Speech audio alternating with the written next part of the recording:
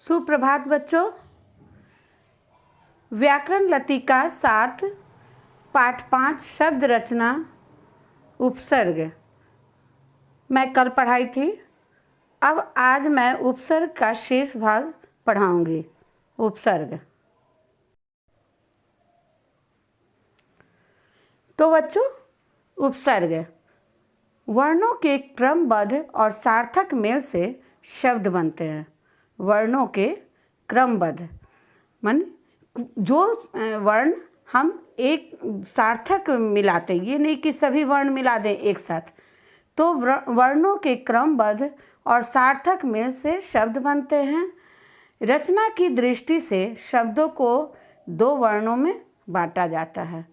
रचना की दृष्टि से शब्दों को दो वर्णों में बांटा जाता है। कौन कौन? मूल शब्द और व्युत्पन्न शब्द। मूल शब्द अर्थात जो शब्द का एक अच्छा अर्थ होता है, सार्थक अर्थ होता है, और उसी मूल शब्द के आगे उपसर्ग लगता है और या अंत में प्रत्यय लगता है। तो मूल शब्द और व्युत्पन्न शब्द। मूल शब्द वे शब्द हैं जो बिना किसी उपसर्ग या प्रत्यय के बनते हैं। उनको विभक्त नहीं किया जा सकता, अर्थात उनको बांटा नहीं जा सकता है। जैसे वर्ग, दर्शन, खेल, मन, मोह आदि, ये सब आपका मूल शब्द है। और इसमें आप वर्ग है तो अपवर्ग, चाहे वर्गीय, ये सब उपसर्ग और प्रत्यय इसमें आप लगा सकते हैं। चाहे दर्शन है, दर्शनीय, मार्गदर्शन, खेल, खेलना, चाहे आप जो भी आप अपनी इच्छा से उपसर्ग और प्रत्यय का उपयोग कर सकते हैं। व्युत्पन्न शब्द मूल शब्द के साथ उपसर्ग या प्रत्यय। व्युत्पन्न शब्द मूल शब्द, व्युत्पन्न शब्द होता वो है जो शब्द ऐसा शब्द हो जिसके आगे प्रत्यय भी लग, जिसके अंत में प्रत्यय भी लगे और आगे उपसर्ग भी लग जाए। तो वही जो क्रिया जो होती है, प्रक्रिया, वही आपका व्युत्पन्न शब्द कहलाता है। तो व्युत्पन्न शब्द मूल शब्द के साथ उपसर्ग या प्रत्यय दोनों लगाकर बनते हैं। मूल शब्दों से नए नए शब्द बनाने की प्रक्रिया क्या कहलाती है? शब्द रचना कहलाती है।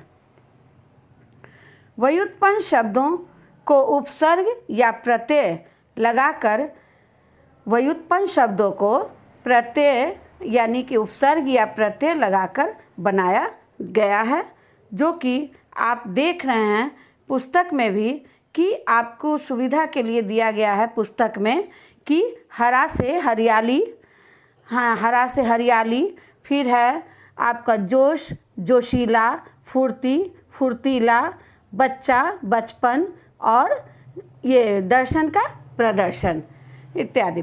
तो इस तरह से व्युत्पन्न शब्दों को उपसर्ग या प्रत्यय लगाकर बनाया गया है।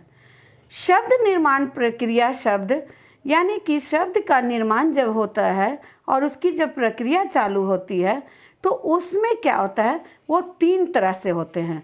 क्या? जो शब्दांश मूल शब्द के पहले लगकर उसके अर्थ में परिवर्तन लाते हैं। तो शब्द निर्माण प्रक्रिया 3 प्रकार के होते हैं, 3 प्रकार से होते हैं। कौन कौन? उपसर्ग जोड़कर, प्रत्यय जोड़कर और समास द्वारा। अब है कि जो शब्दांश यानी कि जो शब्द का अंश मूल शब्द के पहले लगकर पूर्व, यानी कि कभी जिसको यूँ कभी कभी शब्द में पूर्व भी बोला जाता है, कभी पहले भी। तो पहले लगकर यानी कि पूर्व में लगकर उसके अर्थ में परिवर्तन लाते हैं, वे क्या कहलाते हैं? उपसर्ग कहलाते हैं। अब आपको मैं ये दिखा रही हूँ पेज नंबर 51। उपसर्ग परि, पुनः, प्र, प्रति, बिन, भर, वि, सम, स, सु, स्व, स्वयं, बद, बा, बे, कम, खुश, गैर, ना, ला, हर, डिप्टी, सब, वाइस। अब ये सभी उपसर्ग हैं और मूल शब्द के जो अर्थ होते हैं जैसे परी। उसके बाद चारों ओर, यानी उदाहरण में परिवर्तन, जब परी लगा रहे हैं उपसर्ग में मूल शब्द में, तब क्या है, परिवर्तन, परिचय, परिक्रमा। फिर पुनः है यानी फिर, पुनर्निर्माण, पुनर्जन्म। प्र है प्रबल है, प्रति है प्रतिकूल, बिन बिन मांगे, भर भरपेट, विदेश, सम्मेलन, सहपाठी, सुपात्र, स्व का स्वराज, स्वयंसेवक, बदसूरत, वाइज्जत और बाकायदा चाहे बावजूद, बेईमान यानी कि बे उपसर्ग से लगा हुआ है, फिर कम उपसर्ग से लगा हुआ है, कम उपसर्ग के द्वारा नया शब्द का निर्माण हुआ, कमज़ोर, खुशबू, गैर से गैर हाजिर, ना से ना समझ, फिर लाचार, हर रोज़, deputy registrar, sub inspector, vice principal या वाइस चांसलर। तो ये शब्द, ये जितने भी हैं मूल शब्द, ये सब के आगे क्या लगा है बच्चों, आप बता सकते हो कि इन शब्दों को जो हमने पढ़ा वो उन शब्दों के आगे क्या लगा हुआ था, उपसर्ग लगा हुआ था। तो उपसर्ग की पहचान हम कैसे करेंगे, जब मूल शब्द को अलग करेंगे और उपसर्ग को अलग करेंगे तो पता चलेगा कि मान लिया मैं विदेश बोल रही हूँ, तो विदेश को अब कैसे मूल शब्द अलग करेंगे, देश और वी। तो वी हो गया हमारा, क्या हो गया, उपसर्ग, और देश क्या हो गया, मूल शब्द। तो बच्चों उपसर्ग, अब तक तो आपको पता चल गया होगा कि उपसर्ग जब मूल शब्द के पहले जो, यानी कि शब्दांश के पहले या शब्दांश के पूर्व जो अक्षर ये वर्ण लगाया जाता है वो उपसर्ग कहते हैं। अब आती हूँ पूर्वाभ्यास की ओर। पूर्वाभ्यास में कुछ मुख्य बिंदु हैं जो आपको याद करने योग्य है, फिर उत्तर पुस्तिका में लिखने योग्य है। आप उत्तर पुस्तिका में अवश्य मुख्य बिंदु को लिखेंगे, क्योंकि मुख्य बिंदु को लिखने से क्या होता है कि आप में स्मरण शक्ति रहेगी और आपको हमेशा इस चैप्टर, ये इस पाठ का जो भी आप पढ़ते हो वो सब कुछ याद रहेगा। तो पूर्वाभ्यास के अंतर्गत क्या है, जो मुख्य बिंदु के रूप में है, उपसर्ग वर्णों के क्रमबद्ध और सार्थक मेल से क्या बनते हैं, शब्द बनते हैं।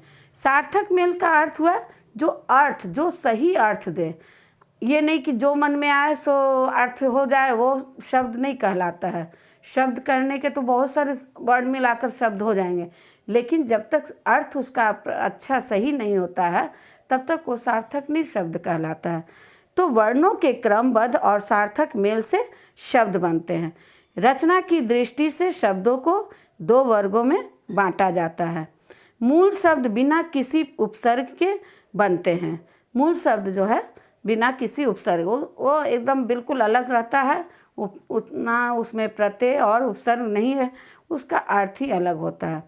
उनको विभक्त नहीं किया जा सकता, अर्थात उनको बांटा नहीं जा सकता है। व्युत्पन्न शब्द मूल शब्द के साथ उपसर्ग लगाकर बनते हैं। मूल शब्दों से नए नए शब्द बनाने की प्रक्रिया को शब्द रचना कहते हैं। शब्द निर्माण कितने प्रक्रिया से, तीन प्रकार से, कितने प्रकार के होते हैं, तीन प्रकार से होते हैं। कौन कौन, उपसर्ग जोड़कर, प्रत्यय जोड़कर और समास द्वारा। जो शब्दांश मूल शब्द के पहले लगकर उसके अर्थ में परिवर्तन लाते हैं उसे उपसर्ग कहते हैं। ये आपका मुख्य बिंदु है और इस मुख्य बिंदु को आप अपनी उत्तर पुस्तिका में लिखेंगे तो आपको याद भी हो जाएगा और इस उपसर्ग को पहचानने में आपको दिक्कत भी नहीं होगी। प्रश्न है बच्चों, उपसर्ग की पहचान कैसे की जाती है।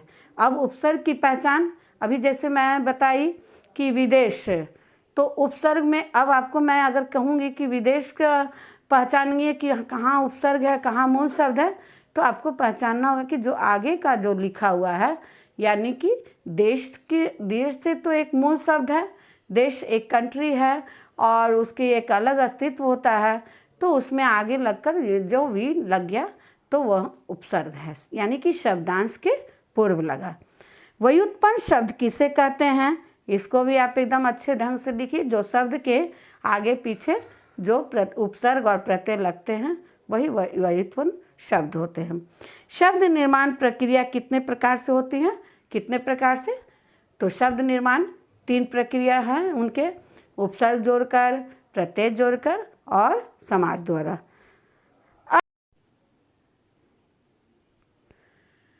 तो बच्चों ये मुख्य बिंदु था किसका? उपसर्ग का। अब आगे प्रत्यय दूसरे दिन पढ़ाऊंगी।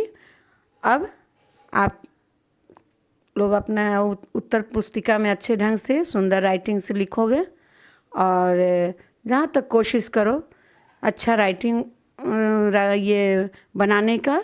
और नहीं अगर जिनका राइटिंग ठीक है वो प्रतिदिन 1 पेज राइटिंग अवश्य लिखें। तो ठीक है बच्चों, धन्यवाद बच्चों।